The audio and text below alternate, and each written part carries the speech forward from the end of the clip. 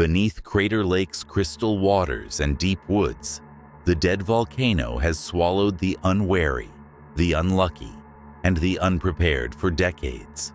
Rangers insist people vanish in parks all the time. It's just the terrain, they say. But at Crater Lake, souls disappear twice as often. These are the stories of those who saw too much, those who fled, and those who never made it out. If you love unraveling eerie tales and exploring the unknown, don't forget to hit that subscribe button and join our community. Click the bell icon to stay updated with our latest chilling episodes. Now, welcome to the mysteries of Crater Lake National Park. The tower creaked in the wind, its metal bones protesting against the chill of the Oregon night. Inside, 5 of us huddled around a battery-powered lantern, shadows dancing on weather-worn faces. It was a tradition, this late-night gathering of Crater Lake Rangers, a time to share the stories we couldn't tell the tourists. You hear about the Hendricks boy? Tom, our senior ranger, broke the silence. His voice was gruff, eyes fixed on something far beyond the tower's grimy windows. A collective shudder ran through the group. We all knew. 7-year-old goes missing on a routine family hike. Found 3 days later, miles off any trail, without a scratch on him. Died of hypothermia, they said. But his eyes, God, his eyes were wide open, frozen in a look of pure terror. What about the Stevens twins? Piped up Mike, the newest addition to our team. Class trip 1998, wandered off during lunch. We found one of their backpacks by the lakeshore, nothing else. Not a trace. I could feel the weight of unspoken horrors settling over us. 20 years on this job, and I still wasn't used to it. The missing, the dead, the ones we couldn't explain away with exposure or animal attacks. You ever wonder? I found myself saying, my voice barely above a whisper, if there's something wrong with this place. Amy, usually the quiet one, leaned forward. You guys know about the documents they used to have in the Crater Lake Museum back in the 70s? The change in topic was jarring. Tom furrowed his brow. What documents? Old stuff. Settler's journal, some scientists' notes, logging company records. They had them on display for a couple of years, then, poof, gone. Mike snorted. Sounds like some campfire story to scare the newbies. Amy's eyes flashed. It's not. Jackson. You remember him? Retired about a decade ago?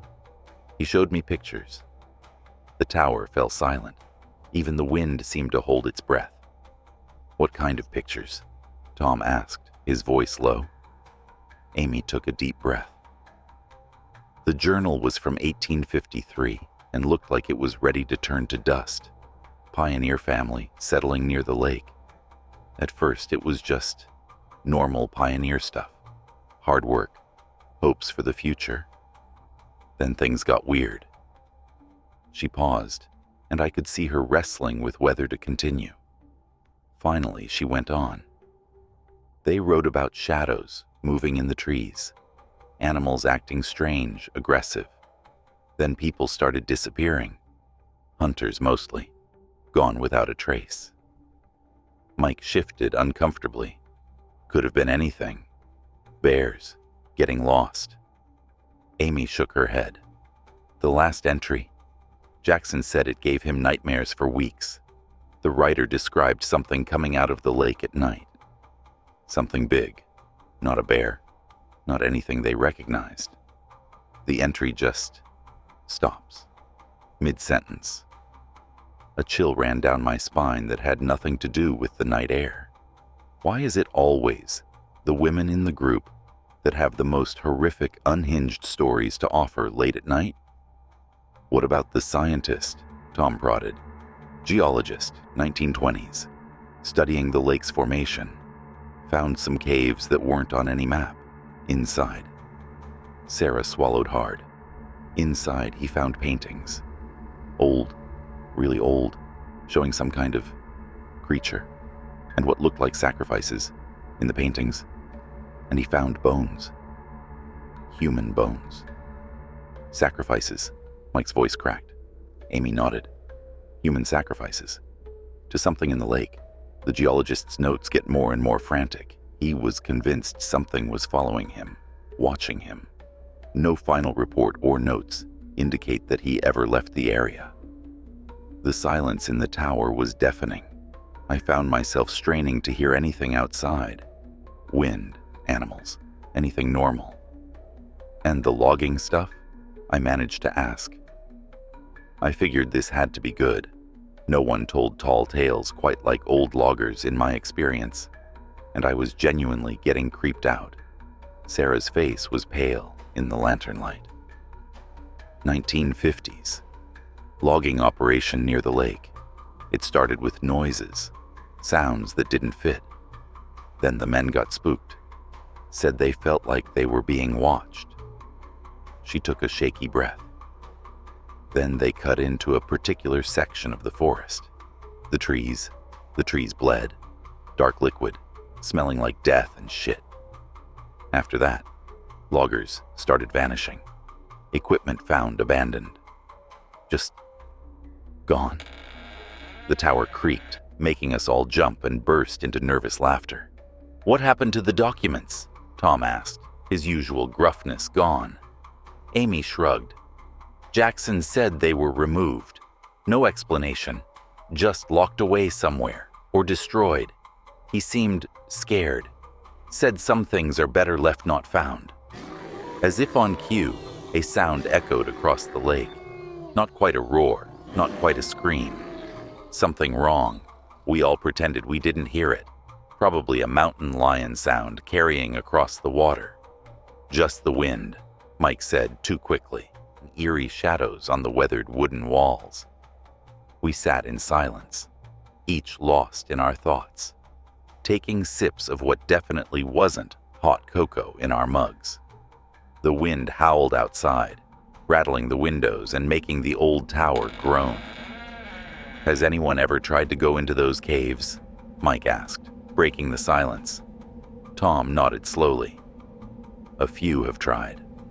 Most come back with stories of getting lost, seeing things that aren't there.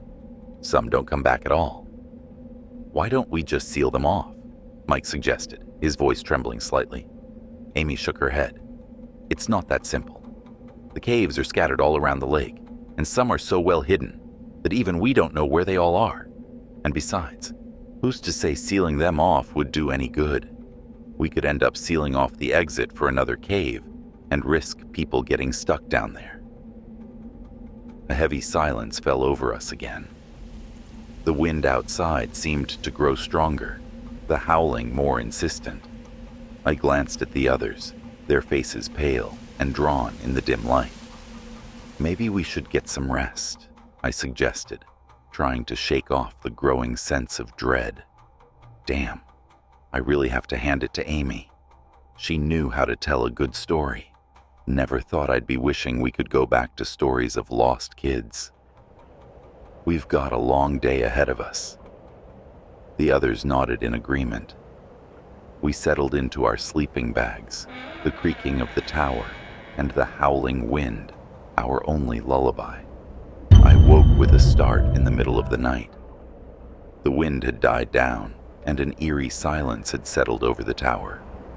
I glanced around, my heart pounding. The others were still asleep, their breaths slow and even. I sat up, straining to hear anything outside. The silence was oppressive, almost tangible. It felt like the calm before a storm. I got up quietly, careful not to wake the others, and moved to the window.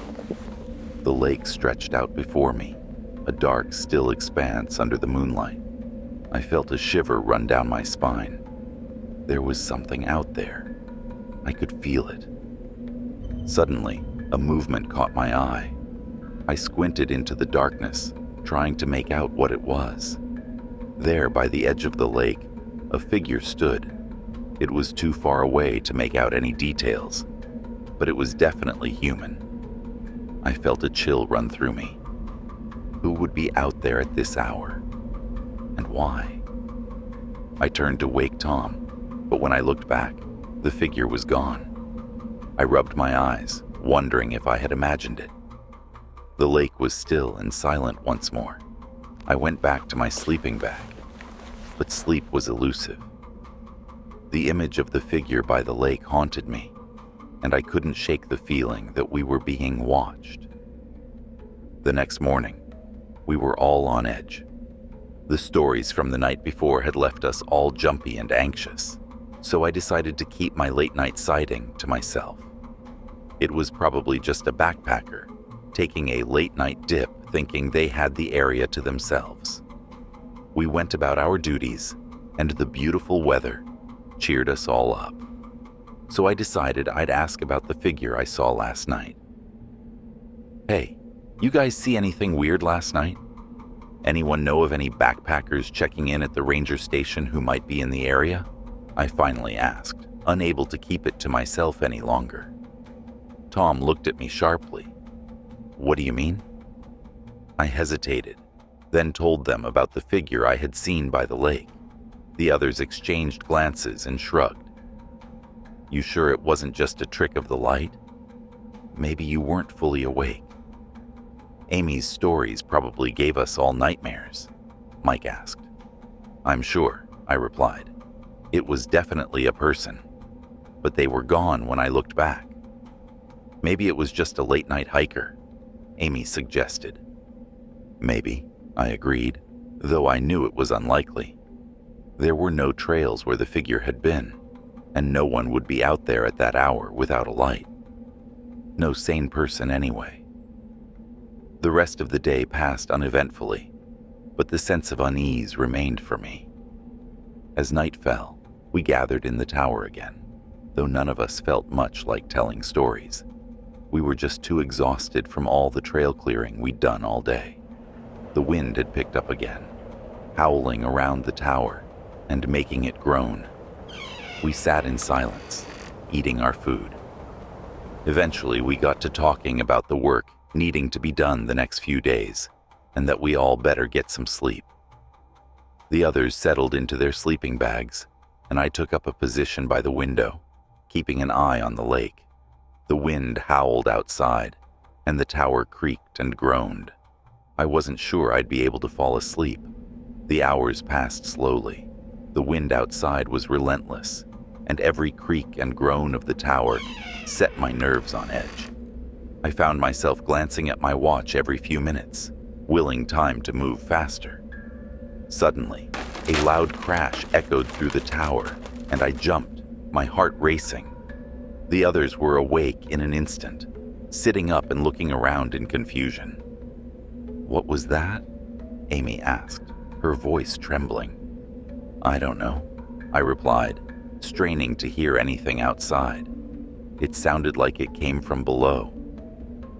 We grabbed our flashlights and cautiously made our way down the stairs, the beams of light cutting through the darkness.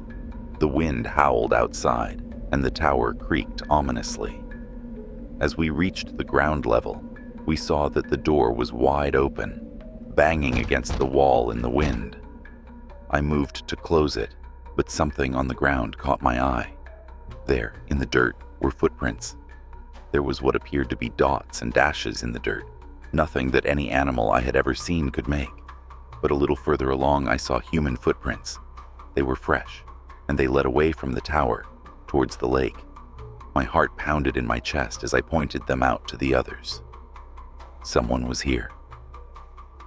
Tom frowned, his expression grim. We need to follow these.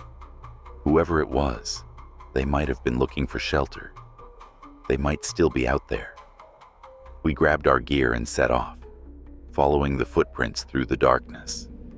The wind howled around us, and the trees creaked and swayed. The footprints led us to the edge of the lake, where they abruptly stopped. We shone our flashlights around, but there was no sign of anyone. Where did they go? Mike asked, his voice tinged with fear. I don't know, Tom replied, his eyes scanning the darkness. But we need to be careful. Suddenly, a loud splash echoed across the lake, and we all turned, our flashlights sweeping over the water. There, in the distance, something moved. It was hard to make out in the darkness, but it was large, and it was coming towards us. "Back to the tower now!" Tom shouted, and we turned and ran, the wind and the darkness pressing in around us. We reached the tower and slammed the door shut, bolting it securely. We stood there, panting and wide-eyed, the fear palpable. "What was that?" Mike asked, his voice barely above a whisper. "I don't know," Tom replied, his expression grim. "But whatever it was, it can stay out there." We spent the rest of the night in the tower, taking turns keeping watch. The wind howled outside and the tower creaked and groaned, but nothing else happened. As dawn broke, we gathered our gear and made our way back to the ranger station, the events of the night before weighing on our minds, each of us coming up with our own theory. Bear swimming in the lake? Aliens? Someone messing with us? Amy seemed the most stoked to have another scary story to share. I just knew she had to have had an emo phase growing up. Probably loved dissecting frogs in biology class. We filed a report, but there was little we could say. Footprints, a loud crash, something in the lake. It was all too vague, too strange. As we finished up, Tom pulled me aside. "Guess Amy has another story to add to her list to scare us all with." I nodded and laughed, though I didn't feel like anything was funny. It was just too weird to brush off. The days turned into weeks, and the events of that night became just another story, another mystery of Crater Lake. I just compartmentalized what happened that night. I had a job I had to keep showing up for, and having that in the back of my mind every time I ventured into the deep woods wasn't going to help. People still went missing, and we still had to find them. You grew a second set of eyes on the back of your head and just learned to never forget that whatever was out there, natural or not, was not kind to people who forgot about the dangers around them. I should have trusted my gut and said no to this hike. And I was trying to be open-minded. Mike had suggested Crater Lake National Park, insisting he knew about this amazing secret waterfall. Despite my reservations, I agreed. After all, I'm an experienced hiker. I grew up in Alaska, for Christ's sake. What could go wrong? The first hour was pleasant enough. We chatted about work, our past relationships, the usual getting-to-know-you stuff. But then Mike started getting antsy, constantly checking his phone's GPS. "This way," he said suddenly, pointing to a barely visible path veering off the main trail. "It's a shortcut to the waterfall." I felt a chill run down my spine. "No way, Mike. Going off trail is how people end up dead in places like this." His face darkened. "Come on, Sarah. Don't be such a buzzkill. I thought you were supposed to be this badass Alaskan hiker." "Being a badass means knowing when to play it safe," I retorted. "We're sticking to the trail." That's when Mike lost it. His face contorted with anger and he spat out, "This is why you're still single at 35. You're just an uptight, boring bitch. No wonder no one wants you." I was stunned. How quickly the mask had slipped. "Fuck you, Mike," I said, my voice steady despite the anger boiling inside me. "Do what you want, but have fun dying alone." I turned and continued down the main trail, half expecting him to follow me, cursing under his breath. But when I rounded the next bend, Mike was gone. An unsettling silence fell over the forest. No birdsong, no rustle of small animals in the underbrush. Nothing. Not a good sign when you're alone in the woods. My pace quickened involuntarily, and I didn't relax until I broke through into a sun-dappled meadow. Suddenly, life erupted around me, birds trilling, insects buzzing. I breathed a sigh of relief. The rest of the hike was as beautiful and peaceful as could be. I had the next couple hours to myself to enjoy the scenery. Not a single other soul was on the trail that day, it appeared. Once I was finally headed back towards the trailhead, worry began to gnaw at me. I didn't run into Mike on my way back. Where the hell was Mike? Sure, he'd been an asshole, but I couldn't just leave him out here. We took separate cars to the trailhead. Maybe he got back from his secret waterfall and already left to head home. I reached the meadow again and hesitated at the edge of the thick, dark woods. Something felt off. I stepped back into the forest, surprised to find the wildlife still active. It should have been reassuring, but somehow it just ratcheted up my anxiety. As I approached the spot where Mike and I had parted ways, the hairs on the back of my neck stood up. I froze, my body screaming danger before my mind could process why. The air felt charged, like the moment before lightning strikes. Then the smell hit me. The coppery tang of blood mixed with the putrid stench of feces and something worse, a sickly sweet odor of decay that had no place in this quiet forest. The only thing I'd ever smelled anywhere near that putrid before were bears. With trembling hands, I unholstered my bear spray, fumbling with the safety. Gripping it like a lifeline, I forced myself around the bend in the trail, praying, "Please don't be a bear," only to have my prayer answered in the worst possible way. I found Mike, what was left of him. Bile rose in my throat as my brain struggled to process the scene. Blood. So much blood. It painted the trees, soaked the trail. And there was Mike, strung up like a marionette, literally torn in half. I couldn't move. I couldn't breathe. This wasn't a bear attack. Bears don't... Jesus, what could do this? What would do this? My eyes darted around wildly, searching the woods for I don't know what. Then I noticed something strange about the blood on the trail. It wasn't random. I inched closer, my heart pounding so hard I thought it might explode. A shape. Someone, something, had stepped in Mike's blood and formed these unnatural shapes all over the trail. They looked like the division sign, a straight line with 2 dots on each side of it. The sheer bizarreness of it, I felt like I had to have tripped and hit my head on something. This just couldn't be real. A twig snapped in the forest behind me. I ran. I thought I'd seen it all. I was wrong. Dead wrong. When the call came in about 2 missing hikers, Sarah and Mike, I didn't hesitate to volunteer for the search party. At 62, I might be retired from the forestry service, but those woods are in my blood. We gathered at dawn, a somber group of rangers, police, and a few retired forestry and local hunters made up the volunteer search party. I realized that this wasn't an ordinary search party, as there were no friends or family of the 2 missing hikers. Strange. The air was heavy with morning mist and an undercurrent of dread. Ranger Johnson's face was grim as he briefed us. "We found Mike's remains last night," he said, his voice tight. It's not pretty. Looks like a mountain lion attack. Dragged half of him up a tree. We haven't found the rest of the remains." A collective shudder ran through the group. Mountain lion? In all my years, I'd never seen one do anything like what Johnson was describing. And that would explain why there's no friends or family of the hikers in the search party.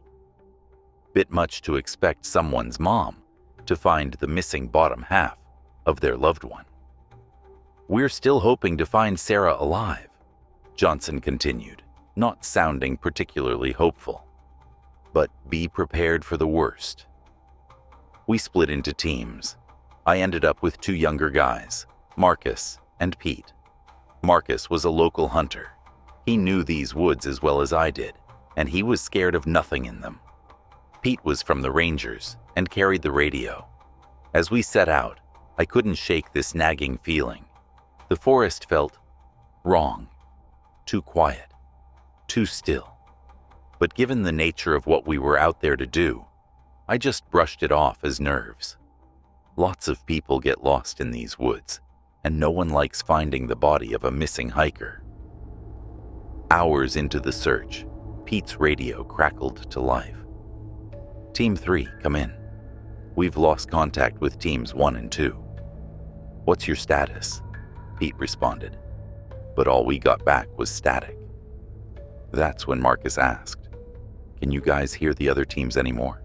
Or am I going deaf?" That's when I finally noticed we couldn't hear the other teams anymore. No distant shouts, no rustling in the underbrush, nothing. "We should head back," I said, unable to keep the unease from my voice. But as we turned, I realized with a jolt that I didn't recognize where we were. As in, it was like I stepped through a portal into an entirely different forest. The trees were different.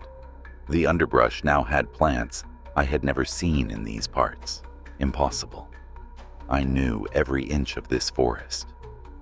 I turned to check to see if Marcus and Pete were seeing the same thing I was. But that's when the mist rolled in. Thick, unnatural, almost glowing. 1 minute Marcus was right beside me. The next, gone. "Marcus!" Pete's panicked voice echoed weirdly in the fog. I reached for him, but my hand closed on empty air. "Pete." No answer. My heart was pounding. I fumbled for my flashlight, the beam barely penetrating the mist. That's when I saw it. A dark shape swinging gently from a tree branch. My breath caught in my throat. Mike? They didn't leave his remains hanging, did they? Or did I just find the missing half? Neither option filled me with joy, but as I approached, the shape dissolved into mist. A trick of the light? Or something worse? Bears and mountain lions alike can travel up and through the trees faster than a person can blink. But it didn't move like either one of those options. If anything, it moved like a bug. Then I noticed on the trunk of the tree these weird lines and dots all over it, like someone had stamped this pattern all over the tree starting right above where I could reach. What the hell did that? Because it sure as hell wasn't an animal. That's when I heard it. A sob, barely audible. Human. Clearly human. "Hello," I called out, my voice embarrassingly shaky. "Help," came a faint response. Female. I moved towards the sound, pulse racing. The mist parted, and there she was.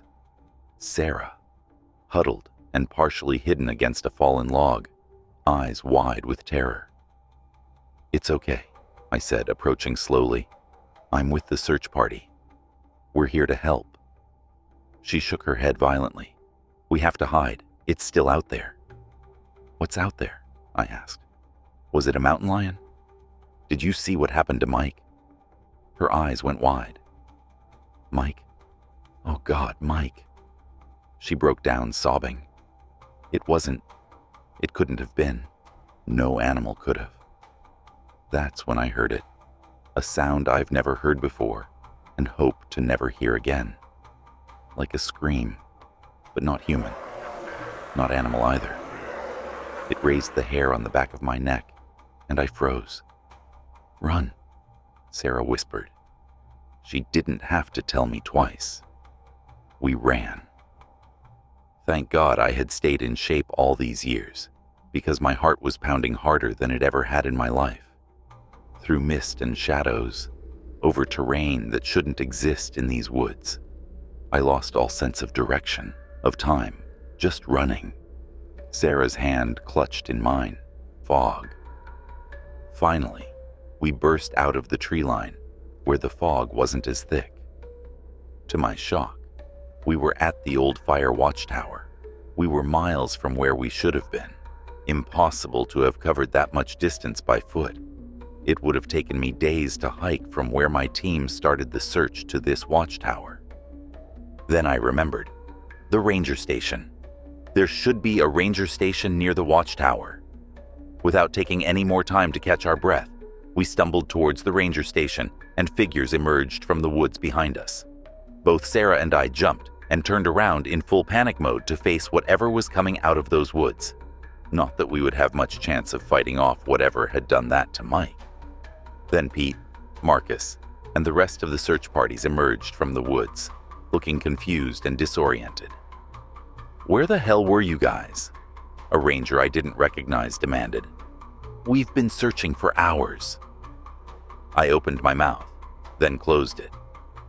Didn't Pete or Marcus tell him about the radios futzing out and the fog moving in? Wasn't he concerned how we got here so quickly? How could I explain?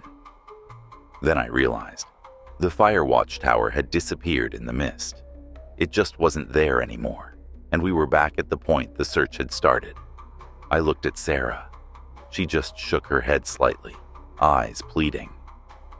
Got turned around in the fog, I muttered. It was easier than trying to explain the inexplicable.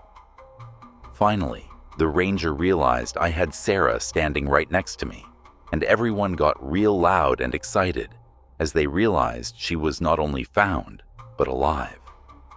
I dropped her hand, and she was quickly shuffled over to the paramedics and the police to be checked out and questioned.